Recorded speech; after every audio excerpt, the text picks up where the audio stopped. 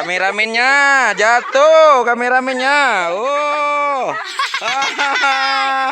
Kameramennya jatuh. Nah. Assalamualaikum warahmatullahi wabarakatuh. Selamat pagi. Apa kabar? Alhamdulillah. Syukurillah. Kelasnya luar biasa. Alhamdulillah. Baik anak-anakku, kita sekarang akan belajar tumbuhan. Di mana tumbuhan di sini yang akan kita pelajari adalah yang pertama hidrofit. Masih ingat tumbuhan hidrofit itu apa? Tumbuhan yang bagaimana? Ya, akarnya di dalam air, batang di atas air. Kemudian kita akan belajar tumbuhan hidrofit. Masih ingat tumbuhan? Nah, yang bagaimana tumbuhan? Contohnya pakis, tumbuhnya di tempat yang lembab pinter. Kemudian kita akan belajar tumbuhan xerophyt. Di mana tumbuhan xerophyt ini tumbuhnya di tempat yang kering, pinter. Ciri-cirinya daunnya, nah contohnya baik, tujuannya adalah agar kalian mengetahui jenis-jenis tumbuhan yang ada atau tumbuh di perairan, tumbuh di tempat lembab, dan tumbuh di tempat yang kering, seperti itu. Nah, untuk itu anak-anakku sekarang kita akan belajar di luar kelas. Kita akan melihat langsung apa. Nah, boleh tepuk tangan dulu.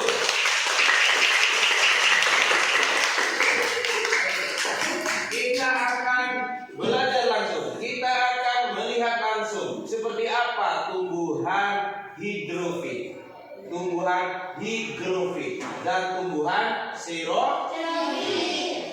Siap anak-anakku? Siap berpetualang? Oke, kita berangkat.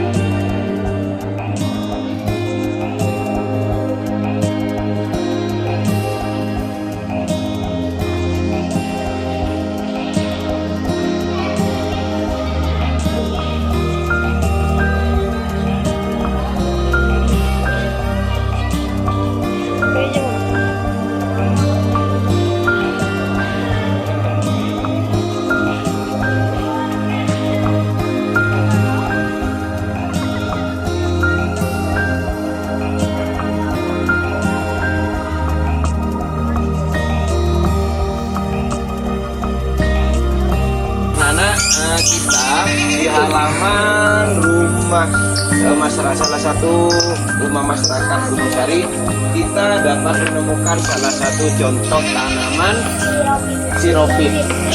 Ini pohon apa? Pohon naga. Ciri-cirinya tumbuhan xerophyt itu yang bagaimana? Tumbuh di tempat kering, daunnya tebal, dan durinya salah satu contoh ya ini buah naga. Ada lagi si kaktus gitu ya. Itu tumbuhnya di tempat kering. Sudah paham anak-anak? Contohnya ini contoh dari tumbuhan xerophyt yang tumbuh di tempat kering. Ada yang ingin ditanyakan tentang tumbuhan xerophyt? Ada. Baik, setelah ini kita cari tumbuhan lain seperti tumbuhan jenis hidrofit dan juga higrofit. Siap anak-anakku? Siap! Tepuk semangat!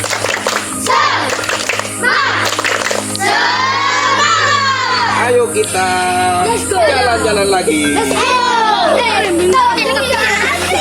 Tidak usah di. Nah.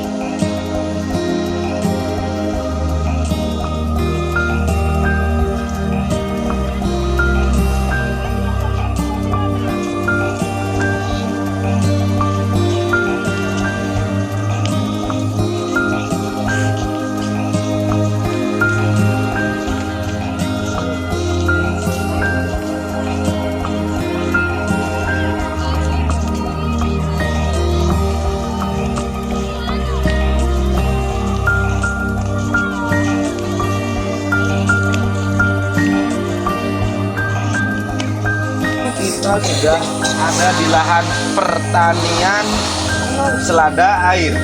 Ya. Nah, selada air ini termasuk contoh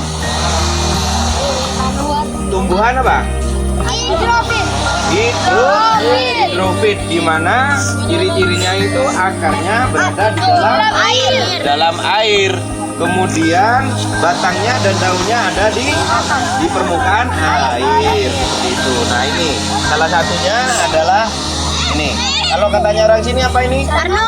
Arnong. Akarnya ini ada di bawah, ada di dalam air. Dan juga ini. Apa ini namanya? Apa namanya? Bahasa Indonesianya? Bahasa Indonesianya? Ejeng gondok. Contohnya ini. Nah, ini akarnya ini berada di dalam air. Kemudian batang dan daunnya ada di permukaan air. Nah, dan ada lagi nih. Nah, ini contohnya ini. Kalau katanya orang sini apa ini? Tong-centongan. Ini akarnya di dalam air. Nah, salah satu cirinya tumbuhan air ini berongga ya. Berongga. Kemudian daunnya lebar. Untuk apa? Daunnya ini untuk menangkap apa daunnya? Menangkap sinar matahari. Untuk kegiatan fotosintesis. Nah, ada yang ditanyakan tentang tumbuhan hidrofit? Baik, kalau seperti itu kita lanjutkan petualangan kita. Masih semangat? Kita let's go.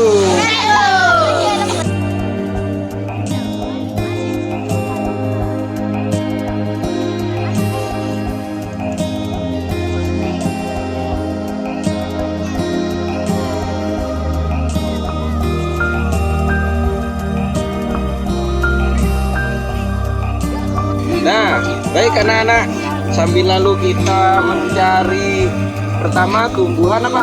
Tanaman apa? Tanaman hidrofit, kedua higrofit, ketiga xerofit. Nah, di tengah perjalanan kita sambil belajar sejarah yang dimiliki oleh Desa Gunungsari, yaitu apa namanya ini? Situs Petahunan. Nah, di sini situs Petahunan ini. Yang pertama adalah ada batu menhir, adalah batu tegak yang difungsikan sebagai tempat pemujaan kepada roh nenek moyang. pada masa tradisi megalitikum. Nah, ini untuk menyembah roh nenek moyang dulu. Nah, seperti ini. Batu tegak ini. Nah, nenek moyang kita zaman dulu nyembahnya ya di sini. Kemudian yang kedua ada batu alam, sering dikaitkan dengan situs pemujaan megalitik atau pemujaan terhadap roh nenek moyang. Batu alam juga ditemukan di situs ini dengan bentuk yang tidak beraturan. Nih, batu alamnya seperti ini. Ya. Kemudian ini batu alam ini. Ya. Kemudian ada namanya di sini lubang batu, yaitu batu yang berlubang tunggal di bagian permukaannya. Nah, ini lubang batu. Nih, adanya di sini. Nah, ini berlubang tunggal. Ini ada 1, 2, 3, 4. Ini adalah situs sejarah yang kita miliki di Desa Gunung. Situs apa namanya? Nah, apa kalian senang memiliki situs sejarah seperti ini? Bisa mempelajari sejarah-sejarah yang ada di lingkungan kita, yaitu situs Patao. Masih semangat? Tepuk semangat.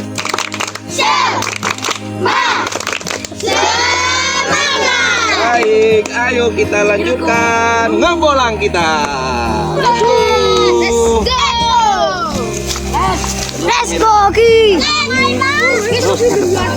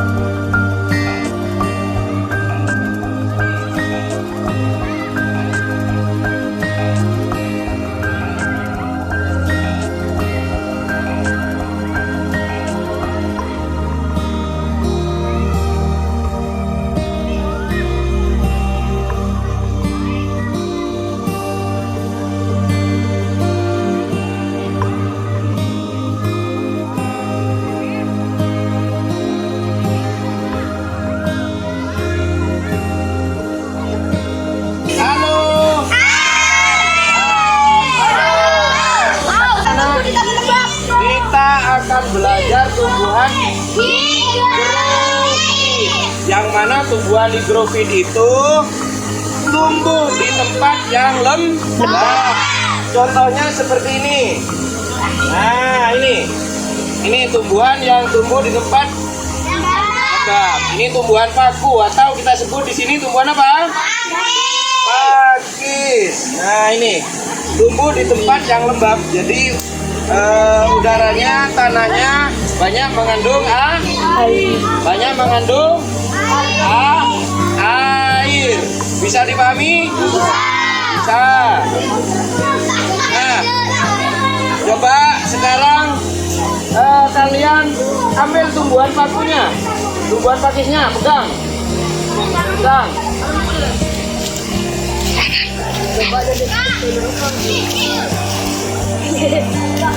Nah, pegang.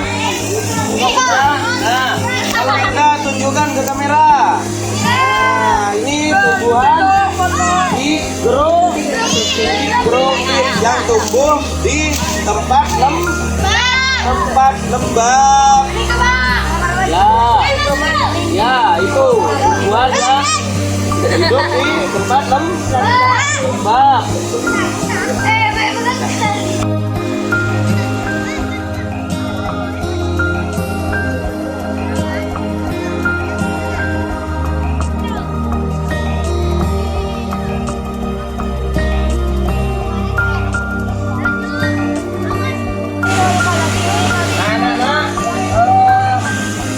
sudah mempelajari pertama tumbuhan apa? Hidrofit. Tumbuhan apa hidrofit itu? Tumbuhan yang hidup di hidrofit. Air. Kemudian higrofit, tumbuhan yang hidup di tempat yang lembab. Kemudian sirofit, tumbuhan yang hidup di tempat yang kering. Nah, sekarang sudah waktunya kita pulang. Siap kita pulang? Ayo kita pulang. Let's go.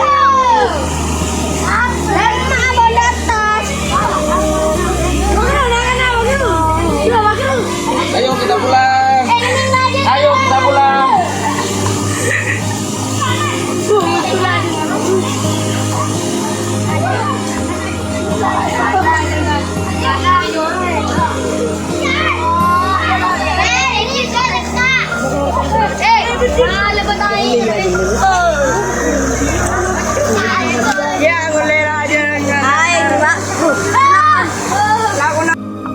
Nah, anak-anak, di materi kita tadi ya, kan sebelum kita membahas tumbuhan hidrofit, sebelum kita membahas tumbuhan higrofit dan juga sirofit, kan apa kalian ingat tadi ada tumbuhan apa itu namanya?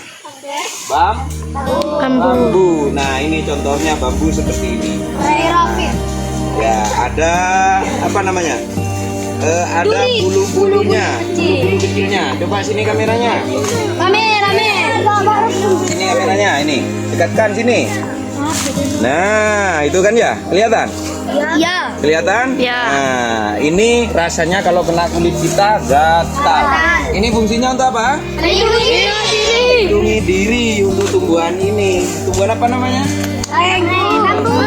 Kita banyak. Sumber daya kita, alam kita ini banyak. Coba ditutup semua, ya. Nah, ini adalah tumbuhan bambu. Melindungi diri dengan cara apa? Ya, mempunyai bulu yang sangat gatal kalau kena kulit manusia. Sudah paham? Baik, ayo kita lanjutkan Perjalanan. Video lagi, Pak. pulang ke sekolah. Ke sekolah. Dadah. Sudah anak-anak, nah perjalanan kita kembali ke sekolah atau pulang ke sekolah, ternyata di salah satu rumah warga kita menemukan tumbuhan jenis sirofit.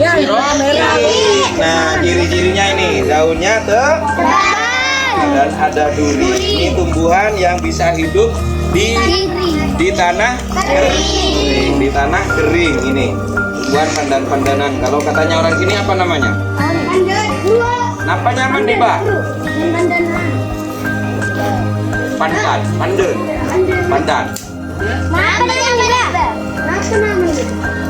Pandan, ya. Nah, ini ya. Ini tumbuhan apa? Tumbuhan sirofit. Nah, baik.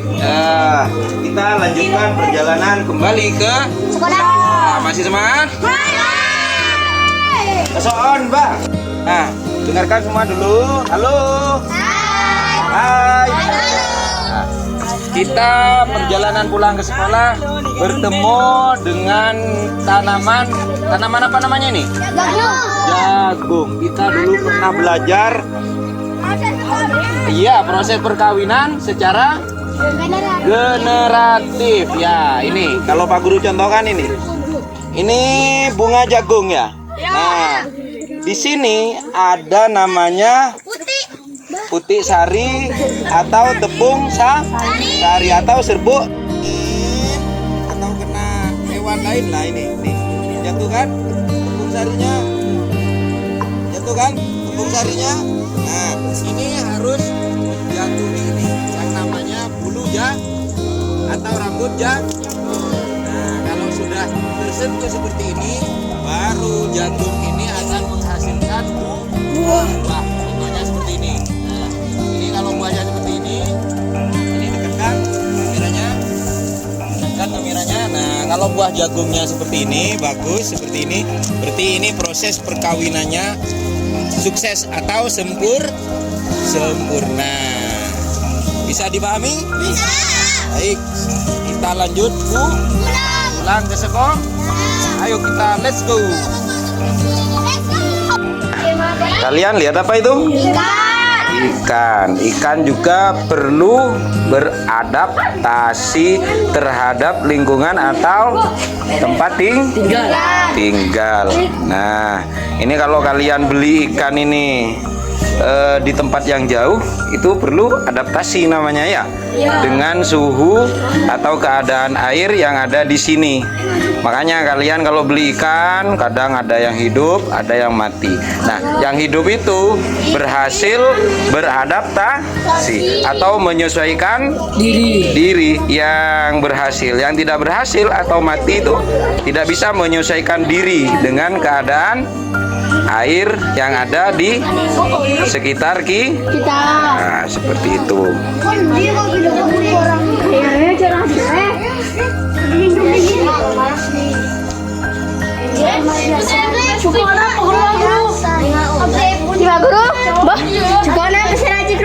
Aligator itu namanya aligator. Iya. Awas tangannya kena itu. Dah? Ayo kita pulang.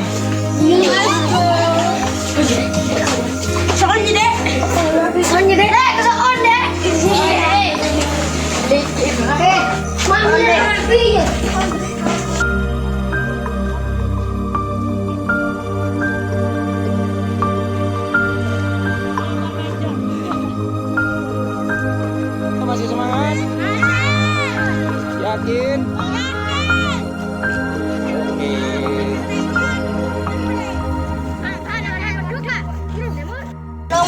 Halo. Kok sudah lu? Yuk. Hai. Semangat. Kita capek ya dalam perjalanan pulang ya? Capek banget. Nah, berarti kalau kita capek, nafas kita ngos-ngosan tidak? Saat beristirahat seperti ini, agar kita dapat beristirahat dengan tenang, nafas atau udara yang kita hirup ini segar, maka kita harus di dekatnya apa istirahatnya? Di dekatnya pepohonan atau tumbuhan. Kenapa? Ya, karena tumbuhan itu menghasilkan oksigen. Jadi oksigen yang dihasilkan oleh tumbuhan kita hirup. Akhirnya kita mendapatkan udara atau nafas yang segar. Baik, tugas selanjutnya, carikan Pak Guru hewan, tumbuhan. Kita akan bermain di rantai makanan. Yang produsen apa, yang konsumen satu apa, konsumen tiga apa. Siap? Siap? Baik, silakan dimulai. Ada tikus, Bayu. Tidak perlu tikus. Apa? Belalang. Ayo cari belalang. Coba carikan Pak Guru. Carikan Pak Guru belalang. Ya. Carikan Pak Guru belalang. Produsennya juga carikan. Coba. Nah, ini ada belalang ya. Coba dekatkan kamera. Nah, belalang. Belalang ini termasuk apa? Konsumen apa produsen? Konsumen apa produsen? Konsumen. Nah, produsennya yang mana? Nah, ini adalah produsen. Belalang memakan rumput. Belalang dimakan oleh manusia. Berarti manusia ini termasuk konsumen kedua.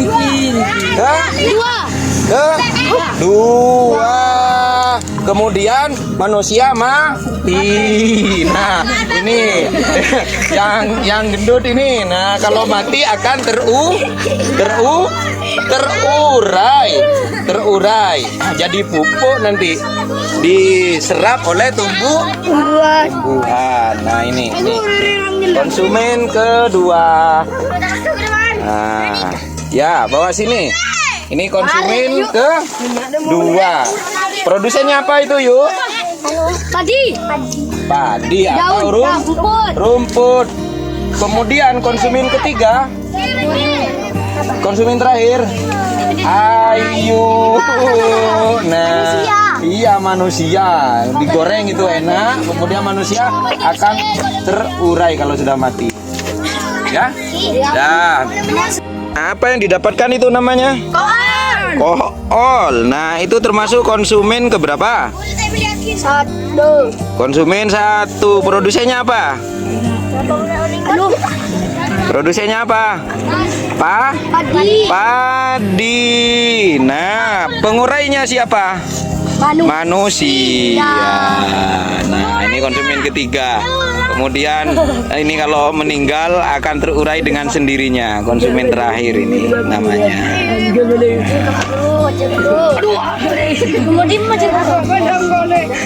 Apa yang ditangkap itu?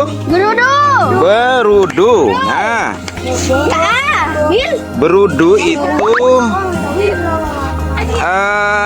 hasil perkawinannya apa? Kata. Nah, itu akan berubah. Ada yang sudah jadi kata. Nah, ini. Nah, ini. Nah, ini kata ini. Nah, dalam rantai makanan, kata itu termasuk konsumen keberapa? Kedua. 1. Loh, ayo, produsennya padi. Kemudian konsumen kedua, konsumen pertama belalang makan padi. Kemudian belalang dimakan oleh kata. Nah, kata ini kalau tidak dimakan oleh binatang lain dia akan mati, kemudian terurai. Setelah diurai maka diseraplah oleh padi kembali. Ini apa ini? Ada yang mempunyai kaki. Oh iya, masih ada ekornya, berudunya. Mempunyai kaki kecil. Oh iya itu.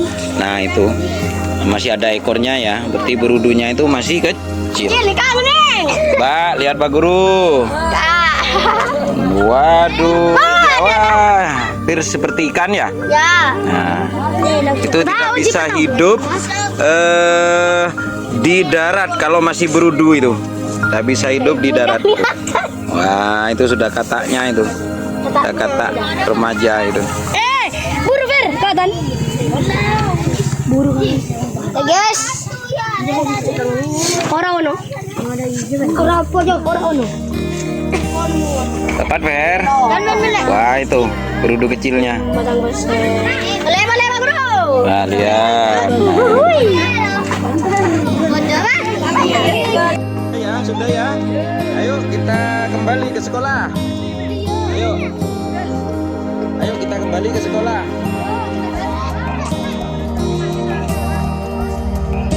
Ya, boleh. Kalau punya makanan saling berbagi dengan temannya. Nah, itu salah satu. Apa itu? Oh, berudunya. Ya. Ayo kita pulang.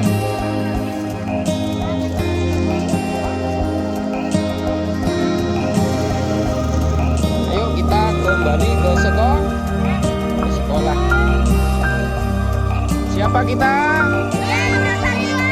Kurang kompak. Siapa kita? Masih semangat?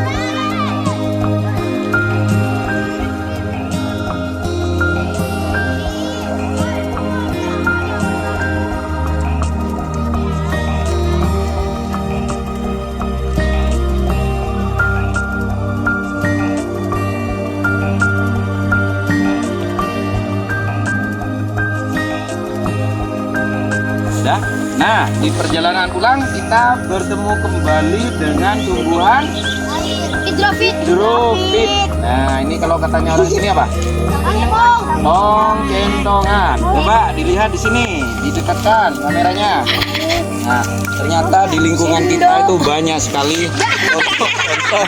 Waduh, kameramennya jatuh, kameramennya. Oh. Kameramennya jatuh.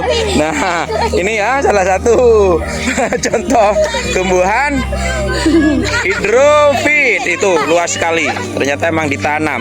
Katanya orang sini apa namanya? Tong centongan. Sudah? Dah. Ayo kita pulang. Kameramennya jatuh. Tuh kameramennya jatuh. Jatuh ke sana. Ayo kita kembali ke sekolah. Semangat.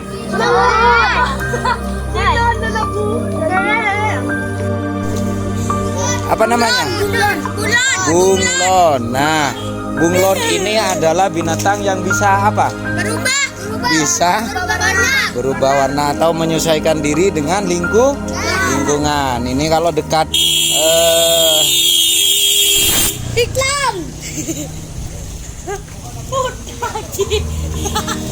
dekat daun yang warnanya hijau, dia itu ikut hijau. Kalau dekat daun yang warnanya coklat, dia ikut coklat. Udah ya? Nah, silakan dilepas lagi, Ferdi. Ya, biarkan dia hidup tenang. Jadi dia itu kalau di daun yang hijau, dia itu ikut hijau. Nah, itu. Iya. Kalau di zoom gini. Sampai di sekolah ya? Ya, silakan istirahat dulu.